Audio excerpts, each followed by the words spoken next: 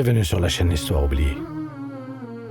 Le besoin de vous présenter l'Empire ottoman dont leurs conquêtes ont marqué le temps et dont le nom de certains califes ont traversé les époques.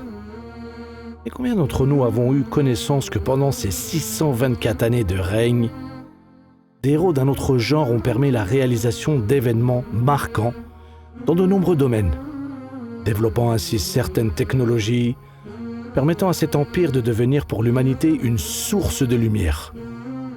Leurs recherches et découvertes ont constitué une avancée pour l'histoire moderne, unifiée par le désir d'apporter un plus pour l'humanité. Dans cette vidéo, vous allez découvrir un navigateur hors pair, dont la mer Méditerranée n'avait plus de mystère pour lui. Et grâce à ses œuvres écrites, révolutionneront la navigation du monde occidental. Je vous présente l'époustouflant Ahmed Mouhiddine Piri, plus connu sous le nom de Piri Reis.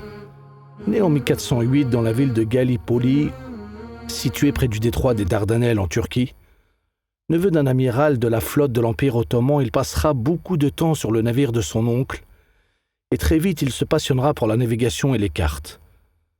Il débutera sa carrière d'amiral en Afrique du Nord. Étant un bon navigateur, il explorera toute la Méditerranée et sera envoyé en mer Rouge ainsi que dans le Golfe Persique. Pendant chacun de ses voyages, il collectionnera des cartes arabes et grecques, côtoiera d'anciens cartographes qui ont été au service du célèbre navigateur Christophe Colomb, puisant ainsi de nombreuses informations, mais encore plus étonnant, il dessinera sous forme de cartes chaque endroit exploré. Piri Reis était décrit comme le plus grand navigateur de son époque. Dès lors, son amour pour la cartographie et l'envie de la moderniser le poussera à écrire en l'an 1511 un atlas connu sous le nom « Le livre de navigation ». Il sera illustré par 390 cartes, complétées chacune d'informations dans un style novateur, feront de cet ouvrage un des plus célèbres livres de navigation antérieurs à l'époque moderne. Ce bouquin sera divisé en deux sections principales.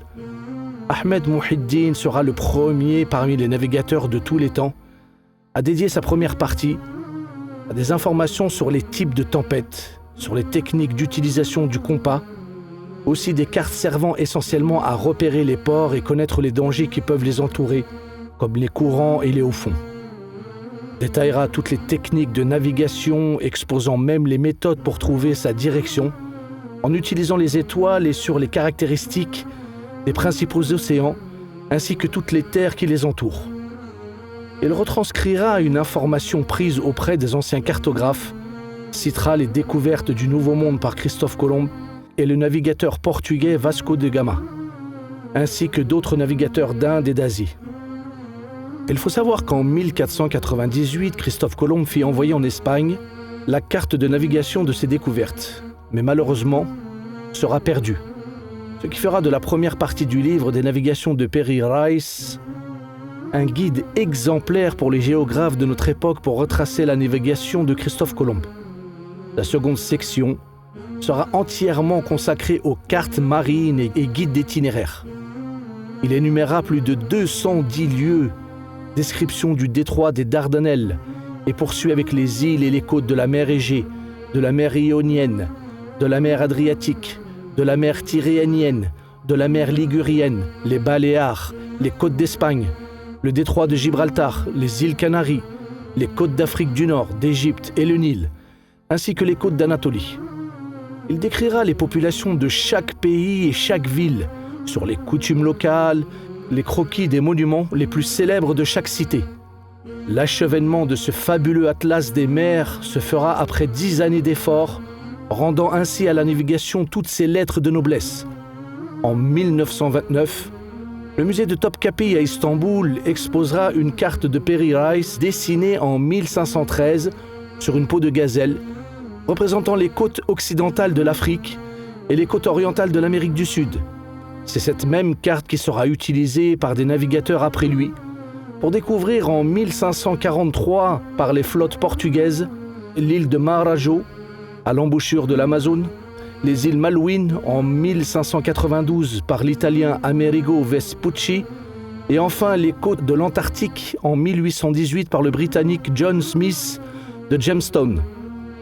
Les fondateurs de Google, par émerveillement pour son apport au développement de la navigation moderne, feront du 7 avril 2013 sur leur page d'accueil le 500e anniversaire des cartes de Piri Reis. Il quitta ce monde à l'âge de 86 ans, laissant derrière lui un immense trésor pour l'humanité. Dans notre prochaine vidéo, le personnage hors pair que vous allez découvrir va passer maître dans le domaine de la trigonométrie, rendant cette discipline un statut à part entière, se détachant ainsi de l'astronomie. Partagez cette vidéo, car il est grand temps pour l'humanité de découvrir ces héros d'un autre style. Merci, et rappelez-vous que dans chacun de nous sommeille le potentiel d'apporter un plus à l'humanité.